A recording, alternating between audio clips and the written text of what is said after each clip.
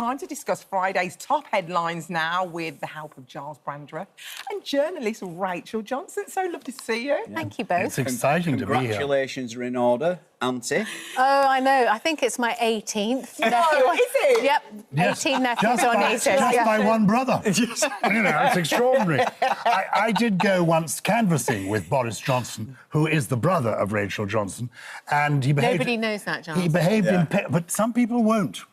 And we are inclusive here. Of course. I went canvassing with your brother, and we behaved really impeccably, but I did notice that every time we passed a child, he patted it on the head, just in case it was one of his. Lol. Rachel, have you met the baby Poppy yet? Baby Poppy, I am trying to see her. We've got a family wedding this weekend, possibly next weekend. Oh, that would be lovely. No, definitely. Look at that lovely picture. Oh, gorgeous. No, he's gorgeous. Doesn't and he? he's got 5 girls and 4 boys. Oh, it's unbelievable. Good grief. Unbelievable. He's doing his bit. He certainly is, and then some. Now, should you ever take the law into your own hands, Shadow Justice Secretary Robert Jenrick has caused controversy after posting a video where he's seen confronting fur dodgers on the London Underground. Let's have a look at this. Excuse me, do you think it's all right not to pay? Do you want to go back and pay like everybody else? Do you think it's all right not to pay? But everyone else has to pay. Nearly 1 in 25 people using London's public transport aren't paying for it. So there's 8 officers down there, but 1 minute away, that gate's wide open. It's also just annoying watching so many people break the law and get away with it. Or at least most of it. Right, should we go over here to these guys here? Excuse me, gents. Hello, hello. You're on camera, mate. You're banged to rights. Just step to the side and... All right, thanks very much, guys. Well, it's interesting. He's doing it like a reporter. This is a Member of Parliament, Robert Jenrick, former Justice Secretary, possibly even still an aspiring Conservative leader, who is infuriated, as many people are, who, like me, use the London Underground, who are not able to jump over the gates. You don't need to. You've got a freedom pass. You're right. Absolutely. How did you know? I You guessed. No. What's a freedom A freedom pass, if you are over, I think maybe the age of 60 even, or perhaps 65, you get, in London, you get a freedom pass, free underground and free buses. And is that only if you live in London? Yes, you have to be a ratepayer in London. Oh, OK. That's it. But other parts of the country also do it for local buses. But the point is, it is frustrating to see people cheating the system, because the people who run the underground have to be paid. But is it your job to do something about it, Well, Gyles? we talked the other day about when we're in shops and shoplifting goes on, and I admitted that I'm too nervous. I don't... You know, and the people who run the shops say, please don't. And indeed, TfL say, please don't try and take the law into your own hands. We do have trained officers who can intervene and do intervene when they see fare dodging. But obviously, Robert Jenrick made that as a little film to highlight the problem. And it is a problem. Yeah, I think it was a really important film, and I'm really glad he did it. Yeah. By the way, Mayor Sadiq Khan said something quite... we're not quite sure what he's saying, whether the actual trained workers should intervene or not, because he said Sadiq Khan told the TfL workers they do not need to confront passengers. So if TfL if they do not believe it is safe. He didn't say don't do it. If it's not safe, please don't do it. But I had an idea when I was watching Jenrick's film, which is that wouldn't Transport for London solve this problem at a stroke if, like when you go into an Amazon Fresh, you're immediately deducted, your phone immediately deducts your fare. That's a good idea. What, you just literally logs it? Every smartphone has a sort of chargeable enabled app or something like that. So even if you jump over the barriers, you still pay. That's an idea.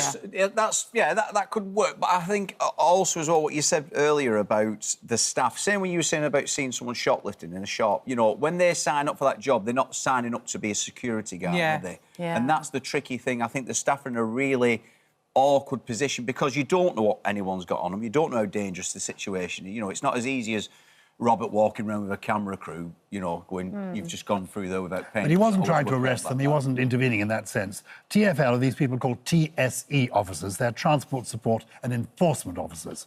And maybe they need more of those because people should pay them. I think the general point is if you do see somebody doing something criminal, we used to have this thing called a citizen's arrest. Yes. So why can't you say, no, you can't fly tip, you don't ride your bike on the pavement, you don't do graffiti, you don't litter. If everybody, you know, picked up on everyone else's bad behaviour, I think it would help the whole situation, wouldn't it? I once saw somebody throw like a McDonald's outside their car. Did you run after them? I kill it with love, I do, Rach. Yeah. I picked it up and I went, oh, I think you dropped something. Yeah. And I literally put it into their car through their open window. I run You after dropped it. people. Oh, don't worry, I've got it for you. There, you dropped it, Bab. Sorry. And they were so embarrassed, they kept it. And they got the message right. Yeah. Anyway, let's go on to our next story. This is new research suggesting that doctors should trust parents' gut instinct about their children's health. Yes. Rachel, do you think we should need to listen to the parents? They live with their child all the time. They know their child, don't they? Yeah, no, interestingly, there is a law coming in called Martha's Law after a Guardian journalist's daughter sadly died of sepsis. I think it was sepsis. And the mother and father were kept saying, we know something's really wrong, please, please, please.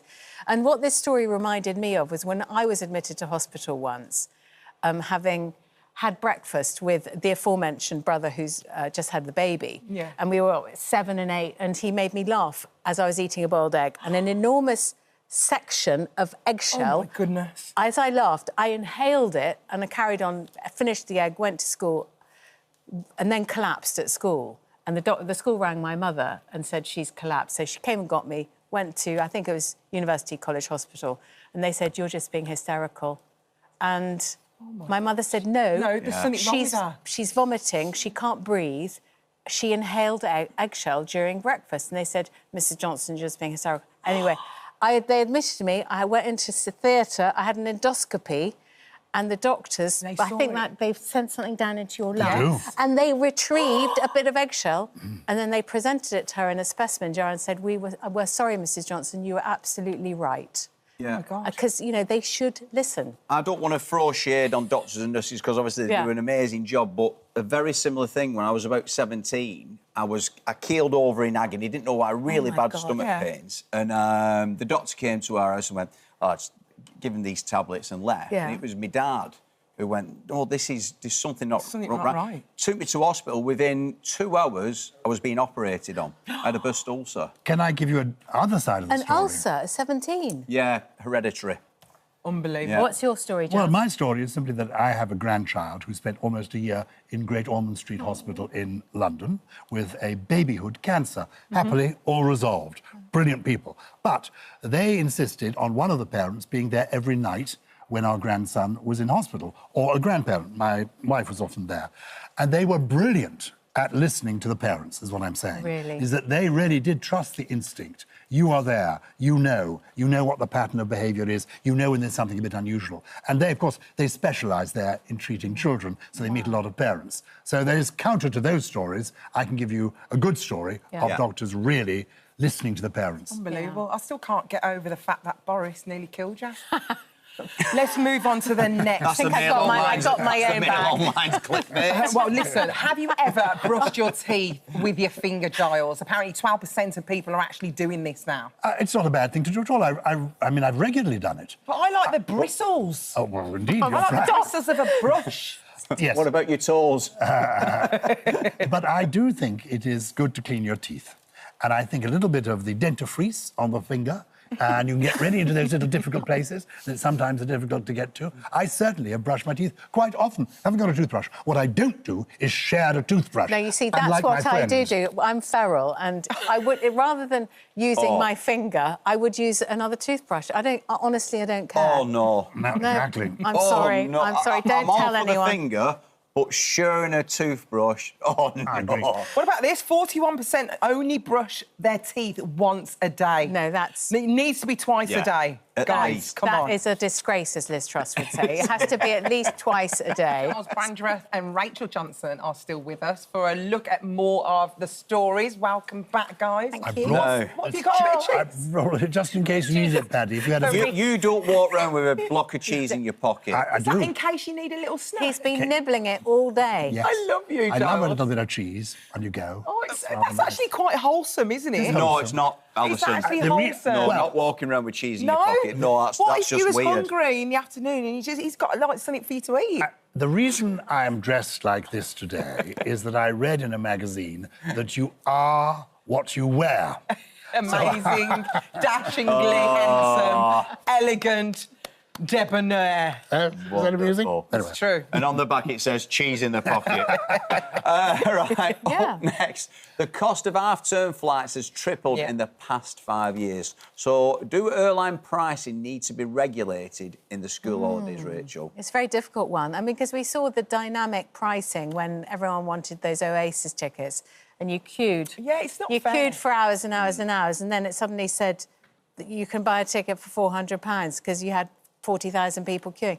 It's supply and demand, isn't Yes. it, Giles? So when you're trying to get a taxi using an online app, and it suddenly says, oh, I was trying to get home from Leicester Square when they had that Sunderland mass, all those fans came in. And they shoot the price up, don't they? Wait, Trafalgar Square back to Notting Hill Gate, £56. And so I feel for these parents who are confronted with the trebling of fares, but I'm not sure what you can do. Maybe a cap?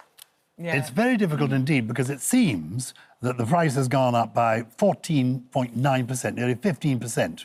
In a year, the price has gone up. Yeah. But if you take your children out of school, you're liable to face a fine of £160 for taking an unauthorised break. So what is the answer? Instinctively, one doesn't want to say, caps on this because it should be a free market. But actually, are they just simply taking advantage of people? Our friend, Simon Calder, has advised me, because he knows I like going on holiday in this country, he says, go by coach. It's often much cheaper. Or, and I've done it on his advice, hitchhike. I hadn't hitchhiked since I was 16. I hitchhiked the other day in Broadstairs. You didn't. That's the story. No, I hitchhiked. How did it go? It went remarkably Were well. you wearing that jersey? Who did you meet along on the way? Some really nice people. Some sympathetic people. Are they like Gyles Brandreth? What are you doing? I think somebody thought I was terminally bewildered and said, oh, do you need some help? I said, yes, I'm needing to go up there, up to the station. And you felt safe, Gyles? I found it safe. And so, anyway, Simon, the point is, the great travel man, our travel man, Simon Calder, said, give it a go. hilarious. Obviously, be wary. I don't think I'm going to hitchhike. I don't. You don't No, see that absolutely many no. hitchhikers anymore, No. do you? No. And Why I did is that? Because fares are too cheap. Because everyone's scared. Maybe it's because fares are too cheap. I don't think fares are too cheap. No, they're not. Certainly not. Everybody's very fares. scared. Yeah. I did go to Spain once on a coach, and it was the longest journey of my life. Honestly, it went on for absolutely ages. I once went don't want to do it again. Amsterdam on a coach. Did ya? Best journey of my life. Did you enjoy it? Oh, I certainly did, especially coming back.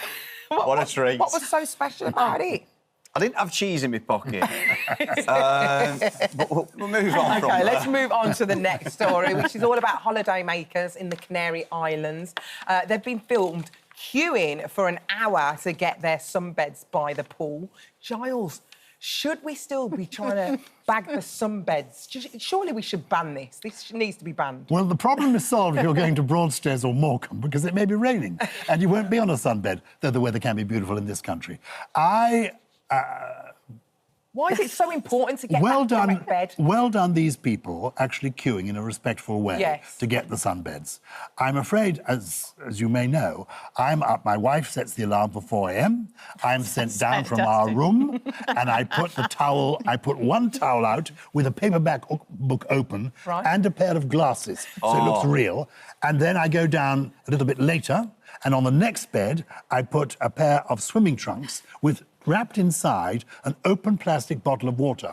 So gradually, the water seeps into the trunks. People think I've just got out of the pool. So they look as if they're genuinely... Oh, this has So been thought who through. gets the wet patch? Well, you know what? It's not always... Sorry, Giles. Rachel, it's not always as civilised as this. Sometimes it can get really out of hand. Look at this. Look, Oh, they're my- crazy. Oh, that's outrageous. And I'm not being funny. You shouldn't run around a pool, because if you slip over, you could really I know, hurt no yourself. way. And also, as well, holidays are about relaxing. Like, how stressed are you going to be if you're up in the morning like that? This is my stress. I'm amazed that they've all come hand luggage, presumably, because it's so expensive and on these supposedly cheap. But they've had to bring these enormous beach towels in order to... Giles wanted me to say to Vorsprung. They're a towel to get there early, because apparently the people who are in this race, this battle of the bulge, there they are in their swimwear and flip-flops.